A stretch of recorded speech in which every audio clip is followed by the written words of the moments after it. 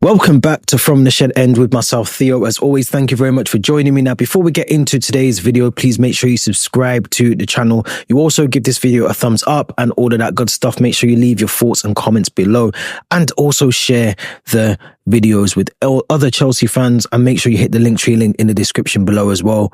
That will take you to all our podcasts and social accounts. So make sure you do all of that before you do anything else. Now, we are going to try and cover off a few things in this video. Of course, there's no Chelsea this weekend. Our next game is against Bournemouth, which we'll be covering in the next couple of weeks or so.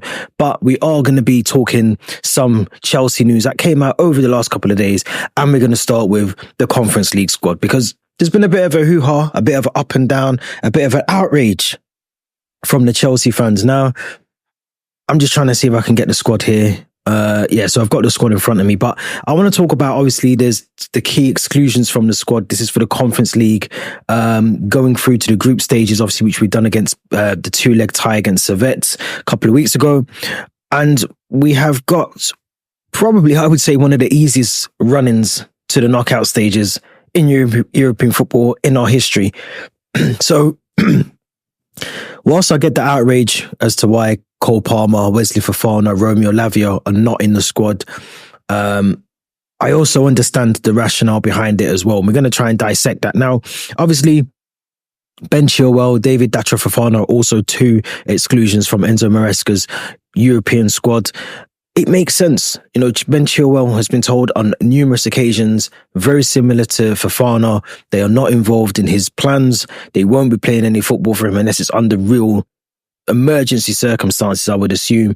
So they were never going to be included in that squad. So the outrage for them is probably a little less severe than it is for the other three. But when we talk about Cole Palmer, let's start with him first. Now, obviously, I don't know if you guys have seen the group that we've got, but let me just reel off a few names. Now, we've got Ghent, we've got FC Noah, we've got Astana, we've got Shamrock Rovers, we've got Panathinaikos as well. Heidenheim as well. Another team that we've been playing in the group stages. If we need Cole Palmer, Fofana, and Lavia to be included, especially Cole Palmer, we're talking about him, let's start with him first. Especially Cole Palmer, if we need Cole Palmer, bearing in mind of the other attackers we have in there, João Felix, Jadon Sancho, Noni Madueke, Nicholas Jackson, Christopher Nkunku, we have players that should be able to deal with that group stage, that should be able to deal with the teams that are in the group that we have to play. If we can't survive and get the wins without Cole Palmer, we've done something wrong in the transfer window. That's all I'm saying. That's all I'm going to say on that one. We have done something completely wrong in the transfer window if we're heavily reliant still on Cole Palmer to do the business for us in Europe. I think personally it's a really good option and a really good decision by the manager, by the board, by whoever's made this decision to leave Cole Palmer out. This is a player that we essentially need to make sure we have fully fit for the season. He can't be injured. We can't afford to play him against Ghent or Shamrock and he gets injured. We just can't afford for that to happen. The same with the other two we'll talk about in a minute. But Cole Palmer, of course, he brings a lot more to a game. He brings a lot more creativity, a lot more flair. But I'm expecting that from João Pedro. I'm expecting that from Pedro Neto and João Felix. I'm expecting the same from both of those two. I'm expecting the same from Christopher Nkunku and Noni Madueke as well. So, and Jadon Sancho to include in there. So, whilst I get the sort of frustration of not seeing Cole Palmer in there, I saw a couple of tweets about, Cole Palmer deserves a European trophy. I mean, let's be honest, he's already got one of those already, but for Chelsea, I get it, and there's going to be hopefully more occasions going forward when we play in the Champions League or we play in the Europa League where Cole Palmer, I would assume, will be included in those squads. But when you're talking about, and this is no disrespect to any of these teams, but FC Noah and Ghent, Astana, I think Cole Palmer can stay at home and rest. I really do. We need to keep him fully fit for the Premier League. We need to keep him fit for the domestic cups as well. And we also have to remember next year, the Club World Cup is here. So we need to keep him fit for that. We also have to remember that both Cole Palmer, Lavia, and Wesley Fofana can all be registered again at the knockout stage of this tournament. So it's not like they're never going to be included in it.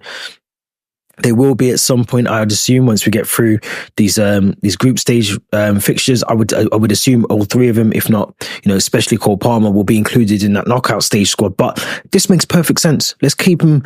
The key point, I think, going back to what the Athletic reported on was, it's more to do with managing loads of, fatigue and understanding that there needs to be a thought process around keeping some of your more key players. We know that Fofana's potentially going to be one of the key players in defence for us this season alongside Levi Colwill. We know that Cole Palmer is going to be a massive, massive integral part of our squad this season.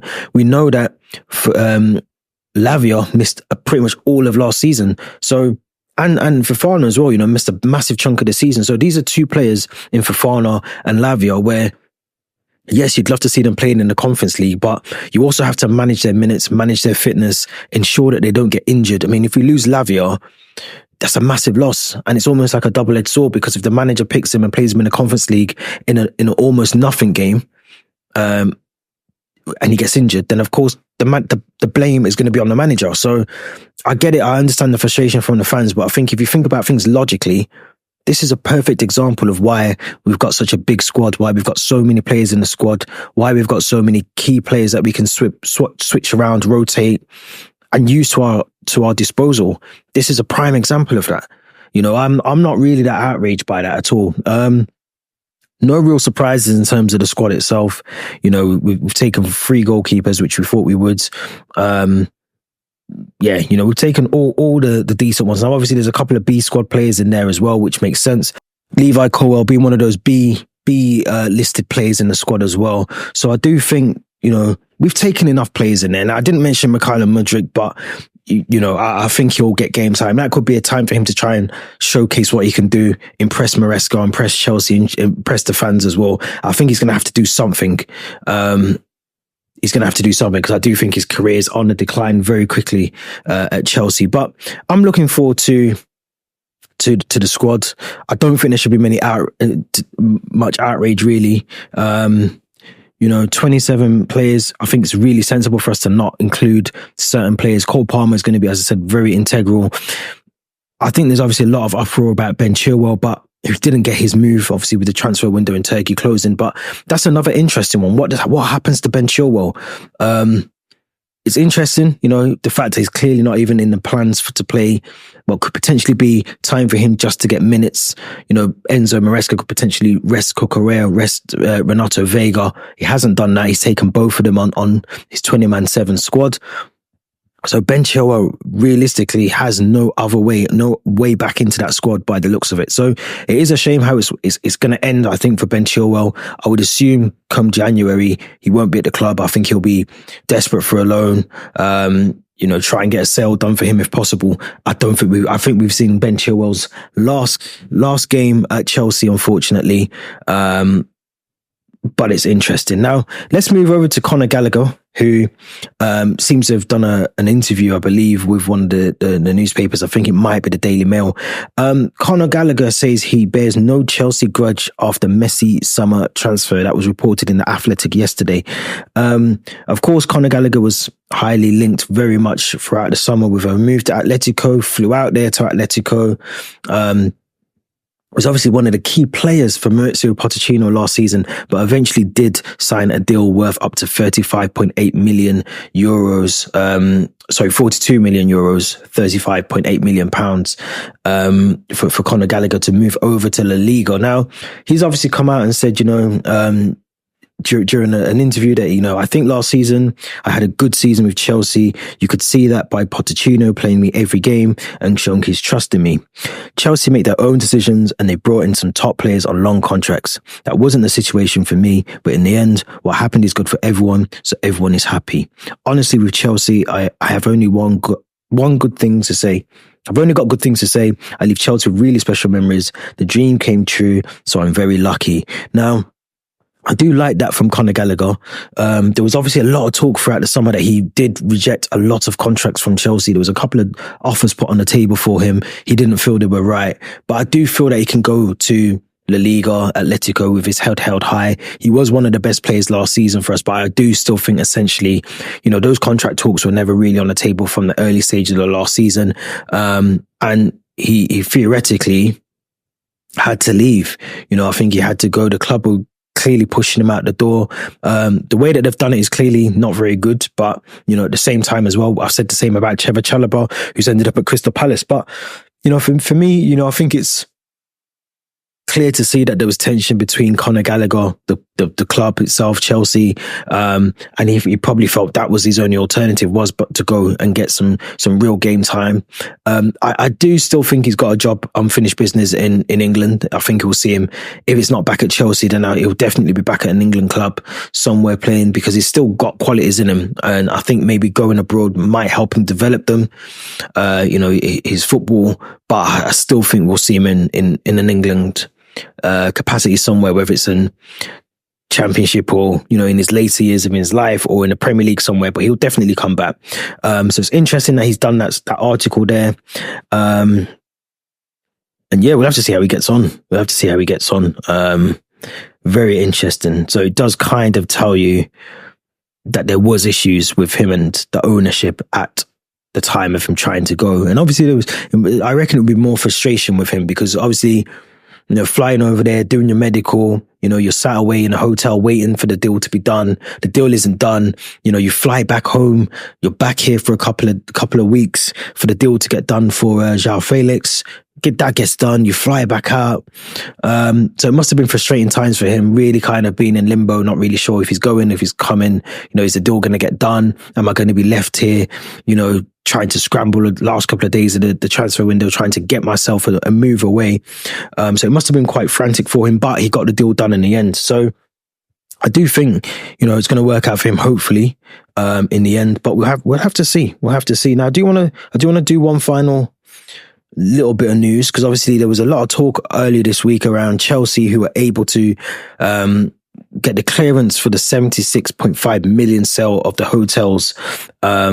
So this is a crazy story, because I think a lot of people are seeing this as some sort of loophole and whatever else. I think there's a couple of things that's kind of try and take off, and there's a really good guy, I don't know his name, but he was on TalkSport the other day, and he was basically explaining how he broke it down very well. I think he's a financial expert, and he broke it down very, very well about Chelsea and how they potentially aren't really breaking any rules. Now, of course, on the face of it, it looks like, all this spending and all this sort of, selling things to yourselves. I mean, that happens in most businesses. If you go and look at a lot of people's financial books, you'll see that there's a lot of things happening where, they sell it off to a sister company, or they sell it off and you use that money and offshore it to somewhere else. So it happens a lot in business. Also, as well, we have to remember we've made a lot of sales in terms of players, wages as well, getting those off the books this season, last season as well. So when you look at the incomings and the finances to bring players in, it obviously looks astronomical. It looks a mess. But you also have to see that these owners are very, very smart. They haven't brought this club off the back of just not really understanding business. They're businessmen. You could argue that they don't really know much about English football and the Premier League, and I think that'd be a very good, correct statement to make. But in terms of business and the way that they're doing the business off the field, they're businessmen. That's what they do. They make money, they flip money, they put it and invest in something else, they sell that, and then they flip more money again. That's just business. That is basic layman's terms of how business works. So in terms of being able to sell the properties to Blueco, it's no different to what you see some other businesses do on the high street, or what you see them doing on a regular basis. It's just, obviously this is quite heightened because it's Chelsea, and there's a lot of people that necessarily don't like Chelsea. But in terms of what the Athletic are reporting here, at the end of the day, they've sold it to Blueco, 22 Properties Limited, the 2 hotels. So they've sold the Copthorne and the Millennium Hotel, which are both outside Stamford Bridge. Blueco Properties is basically a subsidiary of Blueco 22 Limited, which is the holding company that owns Chelsea. So in a nutshell, yes, they've sold it to themselves, but in a nutshell, they've also sold it to another part of their structured business. That's it. I don't understand why there's massive uproar. You know, it probably happens in other football clubs as well. I think this is just heightened because it's Chelsea.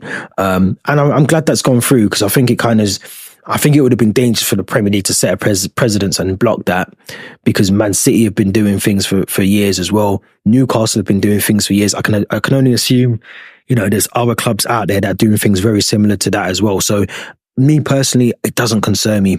As a fan, what concerns me is the results on the pitch, getting 3 points and making sure that we win games. And if we can do that, I don't really care about the off-field stuff. You know, at the end of the day, bringing the right players, bringing the right manager. Manager has to coach the players in the right way, get the best out of the team. And as fans, as football fans, that's really all we should care about. All this sort of selling hotels and stuff, for me personally, I don't really care. And I wouldn't care if it was another club, if it was United or Liverpool doing it, Everton, whoever. I wouldn't care, because why are we so certain, you know, growing up and you know, 10, 15 years ago, none of us were really that bothered about what happened off the field. We didn't really care. We just cared about turning up match day, 3:00, watching our team play and hoping for 3 points. And now it seems like, because football's become a bit more of a business over the last, you know, 5, 6, 7 years, since the money's been in it, we're more fixated on what's happening off the field. You know, it doesn't really concern us as football fans. You know, it's not our money. Let's Chelsea. My biggest concern in the moment, if I was going to talk about Chelsea and money, is why the UK government still have Roman Abramovich's money held in their accounts somewhere. The government have got that money still. And that money, the whole sale of Chelsea was meant to be, if we remember, was meant to be because of the fact that they wanted to give that money that was owned by Roman, Chelsea, all the rest of it, all the assets, was going to be sold off and sent over to the Ukraine to help them. And that still hasn't happened nearly three years later. So that would be my concern if I was talking finances, business stuff and all the rest of it. That would be my concern, because the government still have that in their bank somewhere. That money's clearly gaining some form of interest every single day. And we're talking millions and millions, billions maybe of pounds. And it's being generated somewhere and someone's collecting interest off that. So that would be my concern if I was a Chelsea fan, not about two hotels that theoretically isn't going to change anything on the pitch for us. But let me know your thoughts. Let me know what you think. Are you disappointed that the three players, Cole Palmer, Romeo Lavia and Wesley Fofana, are out of the Conference League squad? Do you think that we should have kept Conor Gallagher? And are you concerned really about two hotels that theoretically doesn't change anything? Let me know what you think. Don't forget to subscribe and leave your comments below. Thank you very much.